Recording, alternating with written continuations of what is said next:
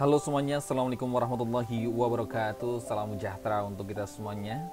Kembali di 1% bertumbuh di Atomic Channel tentunya. Dan hari ini saya akan memberikan kepada Anda yaitu buku yang memang sedang booming di beberapa negara, karya Simon Sinek, yaitu adalah Leader It Last.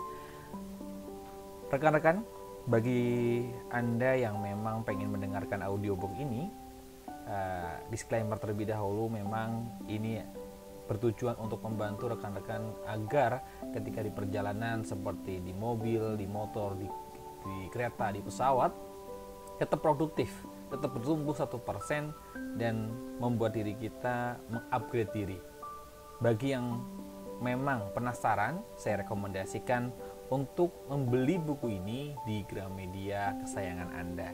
Oke, baik, langsung saja. Leader It Last. Cara pemimpin sejati menginspirasi loyalitas, kerjasama, dan keberhasilan tim. Karya Simon Sinek. Penerbit PT Gramedia Pustaka Utama, Jakarta. Kompas Gramedia. Bab 1. Perlindungan dari atas. Malam itu, awan hitam memenuhi langit. Bulan dan bintang tertutup awan, hanya gelap yang ada. Satu pasukan berjalan melewati lembah. Jalur yang berbatu itu membuat mereka berjalan sangat lambat. Yang lebih buruk lagi, mereka tahu mereka sedang diawasi. Setiap orang dalam pasukan itu tegang. Saat itu, belum 1 tahun sejak serangan 11 September, pemerintah Taliban baru saja jatuh setelah diserang oleh pasukan Amerika Serikat karena mereka menolak menyerahkan Osama bin Laden, pemimpin Al-Qaeda. Di wilayah tersebut terdapat banyak pasukan operasi khusus yang melaksanakan berbagai misi yang hingga hari ini tetap dirahasiakan. Pasukan yang berjalan melewati lembah itu termasuk salah satu pasukan yang melaksanakan salah satu misi tersebut. Pasukan yang terdiri atas 20 orang itu beroperasi jauh di dalam wilayah musuh dan baru saja menangkap target bernilai tinggi. Demikian sebutan pemerintah Amerika Serikat. Mereka sekarang berjalan melintasi lembah di pegunungan Afghanistan, mengawal target bernilai tinggi itu menuju rumah persembunyian yang aman. Terbang di atas awan tebal malam itu adalah Kapten Mike Drowley, yang dikenal dengan julukan Johnny Bravo. Kecuali deru mesin pesawatnya, di atas awan itu suasana sangat tenang. Ribuan bintang bersinar di langit dan bulan menerangi permukaan awan begitu terang sehingga seperti lapisan salju yang baru turun. Sungguh pemandangan yang sangat indah. Johnny Bravo bersama pilot pesawat pendukungnya terbang berputar-putar di atas awan menggunakan pesawat A-10 yang dikenal dengan sebutan Warthog atau babi hutan Afrika. Keduanya siap siaga memberikan bantuan kepada pasukan di darat. A-10 secara teknis sebutan jet tempur melainkan pesawat serang. Pesawat yang relatif berkecepatan rendah dengan 1 kursi dan bersenjata lengkap dirancang untuk memberikan dukungan kepada pasukan di darat. Tidak seperti jet tempur lain, A-10 tidak cepat dan tidak ramping sesuai julukannya, tetapi pesawat ini menyelesaikan tugasnya dengan baik. Idealnya, baik para pilot A-10 di udara maupun pasukan yang ada di darat lebih suka jika bisa saling melihat. Melihat pesawat di atas mereka, pasukan di darat tahu ada seseorang yang menjaga mereka, sehingga kepercayaan diri mereka semakin kuat. Sementara itu, para pilot yang melihat pasukan di darat memiliki keyakinan besar dapat melindungi mereka dan memberikan bantuan jika diperlukan. Namun, malam itu awan gelap menutupi pandangan dan medan di bawah adalah pegunungan Afghanistan. Satu-satunya untuk saling mengetahui adalah tetap menjaga kontak radio. Karena pandangan terhalang awan, Johnny Bravo tidak bisa melihat apa yang dilihat pasukan darat, tetapi dia bisa merasakan apa yang dirasakan pasukan tersebut melalui radio. Ini cukup untuk mendorong bertindak. Mengikuti nalurinya, Johnny Bravo memutuskan untuk melawan cuaca, turun ke bawah awan sehingga dia bisa melihat apa yang terjadi di darat. Itu langkah berani. Dengan awan yang menggantung tebal, badai yang tersebar di wilayah tersebut, Johnny Bravo harus terbang di atas lembah dengan bentangan penglihatan yang berkurang karena ia menggunakan kacamata malam. Terbang dalam kondisi cuaca seperti itu sungguh sangat berbahaya, bahkan untuk pilot yang paling berpengalaman sekalipun. Johnny Bravo tidak diperintahkan untuk melakukan manuver berisiko itu. Kalaupun ada perintah, mungkin dia diminta tetap berada di atas awan dan menunggu sampai dia mendapat panggilan permintaan bantuan. Namun, Johnny Bravo bukanlah pilot biasa. Meskipun berada ribuan kaki di atas daratan dan berada dalam kokpit pesawat yang aman, Johnny Bravo merasakan kecemasan pasukan di darat. Terlepas dari bahaya, dia tahu bahwa terbang di bawah awan adalah tindakan yang tepat. Dan bagi Johnny Bravo, itu artinya dia tidak mempunyai pilihan lain. Lalu, saat dia bersiap turun ke bawah awan menuju lembah, nalurinya ternyata benar. 4 kata terdengar di radio, 4 kata yang membuat pilot merinding. Pasukan dalam kontak senjata. Pasukan dalam kontak senjata berarti seseorang di darat berada dalam masalah. Panggilan itu membuat Johnny Bravo bahwa pasukan darat sedang diserang. Meskipun Johnny Bravo sering mendengar kata-kata tersebut selama latihan malam itu, 16 Agustus 2002, dia mendengar kata-kata pasukan dalam kontak senjata. Untuk pertama kalinya dalam situasi pertempuran yang sesungguhnya. Johnny Bravo memiliki cara untuk membantunya terhubung dengan pasukan di darat, yaitu merasakan yang mereka rasakan. Pada setiap latihan saat terbang di medan perang, dia selalu mengulangi dalam pikirannya adegan film Saving Private Ryan, yaitu saat tentara sekutu menyerbu pantai Normandia. Dia membayangkan pintu buritan kapal pengangkut pasukan tersebut. Dia membayangkan pintu buritan kapal pengangkut pasukan terbuka. Pasukan berlari ke pantai menuju benteng meriam Jerman. Peluru berdesing melewati mereka.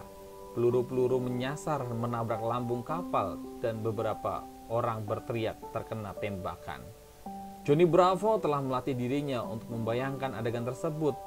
Setiap dia mendengar pasukan dalam kontak senjata dengan gambar-gambar yang melekat begitu jelas dalam benaknya, Johnny Bravo bereaksi terhadap panggilan meminta bantuan. Dia memerintahkan pilot pesawat pendukungnya untuk tetap terbang di atas awan dan menyampaikan rencananya kepada pengawas penerbangan dan pasukan di darat, lalu mengarahkan pesawatnya memasuki kegelapan. Saat melewati awan, turbulensi mengguncang pesawatnya. Pesawatnya terdorong keras ke kiri, tiba-tiba anjlok, tersentak ke kanan. Berbeda dengan pesawat jet komersil yang biasa kita tumpangi, A-10 tidak dirancang untuk kenyamanan penumpang. Pesawat Johnny Bravo terpental, terguncang keras ketika melewati lapisan awan. Saat terbang ke wilayah tak dikenal tanpa tahu apa yang akan terjadi, Johnny Bravo memusatkan perhatian pada instrumen di pesawatnya untuk mendapat sebanyak mungkin informasi. Matanya beralih dari satu instrumen pengontrol ke instrumen berikutnya, diikuti sekilas pandangan ke kaca depan. Ketinggian, kecepatan, arah, dan kaca depan. Ketinggian, kecepatan, arah, dan kaca depan. Semoga ini berhasil. Semoga ini berhasil. Dia terus berkata dalam hati. Ketika akhirnya berhasil menembus awan, jarak pesawatnya kurang dari 1000 kaki di atas permukaan tanah. Terbang rendah di atas lembah, pemandangannya yang menyambutnya benar-benar tidak seperti yang pernah dia lihat sebelumnya. baik dalam latihan maupun dalam film-film yang pernah ditontonnya. Tembak-tembakan musuh muncul dari kedua sisi lembah. Jarak antar tembakan begitu rapat, sampai-sampai api mengikuti letusan senjata menerangi seluruh area itu. Peluru maupun roket diarahkan ke tengah ke pasukan operasi khusus yang terdesak di lembah. Pada 2002, peralatan elektronik di pesawat terbang tidak secanggih saat ini. Instrumen di pesawat Johnny Bravo tidak bisa mencegahnya membentur dinding gunung. Lebih buruk lagi, Johnny Bravo terbang menggunakan peta lama buatan Soviet saat negara itu menginvasi Afghanistan pada tahun 1980-an. Tetapi, dia tidak mungkin mengecewakan pasukan itu. Ada dua takdir yang lebih buruk daripada kematian, ujar Johnny Bravo. Yang pertama adalah membunuh pasukan Anda sendiri tanpa sengaja. Yang kedua adalah pulang hidup-hidup sementara 20 tentara Anda tewas. Karena itu, pada malam gelap bulan Agustus itu, Johnny Bravo mulai menghitung. Dia mengetahui kecepatan pesawatnya dan jaraknya dengan pegunungan. Dia melakukan perhitungan cepat dalam benaknya dan mengucapkan keras-keras detik-detik sebelum dia menghantam dinding-dinding lembah. 1.000, 2.000, 3.000, dan seterusnya. Dia mengarahkan senjatanya ke posisi pasukan lawan yang tampak terus-menerus mengeluarkan tembakan dan menekan pelatuk senapan gatlingnya. 4 detik, 5 detik, 6 detik. Pada saat jarak pesawatnya semakin dekat dengan dinding gunung, dia menarik mundur tongkat kendalinya dan pesawat menanjak tajam. Pesawat itu meraung saat dia berbalik menuju awan. Itu satu-satunya pilihan yang menghindari benturan dengan dinding gunung. Tubuhnya tertekan keras ke kursinya akibat gaya gravitasi saat dia bersiap menyerang lagi. Namun, tak terdengar apapun di radio. Keheningan itu meresahkan. Apakah itu artinya tembakan meleset? Apakah petugas yang memberi kabar melalui radio tewas? Atau lebih buruk lagi, apakah pasukan di darat tewas semua? Tiba-tiba terdengar teriakan di radio. Tembakan tepat sasaran, tembakan tepat sasaran, teruskan. Johnny Bravo kembali bereaksi. Dia mengambil jalan lain menghitung lagi untuk menghindari tabrakan dengan gunung. 1.000, 2.000, 3.000. Pesawatnya menanjak tajam lagi. Dia mengulangi manuver itu berkali-kali karena bahan bakarnya masih banyak. Masalahnya, dia sekarang kehabisan amunisi. Johnny Bravo mengarahkan pesawatnya menembus awan, terbang menemui pilot pesawat pendukungnya yang masih terbang berputar-putar di atas awan. Dia segera memberitahu rekan-rekannya mengenai situasi yang berkata, "Ikuti aku." Kedua pesawat A-10 itu terbang beriringan dengan jarak antar sayap 3 kaki, menghilang bersamaan ke dalam awan yang pekat. Ketika mereka muncul, keduanya berada kurang dari 1.000 kaki di atas permukaan tanah. Mereka mulai terbang bersama. Johnny Bravo mulai menghitung, rekannya mengikuti perintahnya dan menembak pasukan lawan. 1.000, 2.000, 3.000, 4.000. Pada hitungan berikutnya, kedua pesawat mendaki tajam melawan gravitasi dan terus melakukan manuver yang sama berkali-kali. 1.000, 2.000, 3.000, 4.000. Malam itu, ke-22 orang itu pulang dengan selamat. Tidak ada satupun prajurit Amerika yang gugur. Nilai empati. Pada malam bulan Agustus itu, di Afghanistan, Johnny Bravo mempertaruhkan nyawa agar rekannya selamat. Dia tidak menerima bonus atas prestasinya. Dia tidak mendapatkan promosi atau penghargaan dari kesatuannya.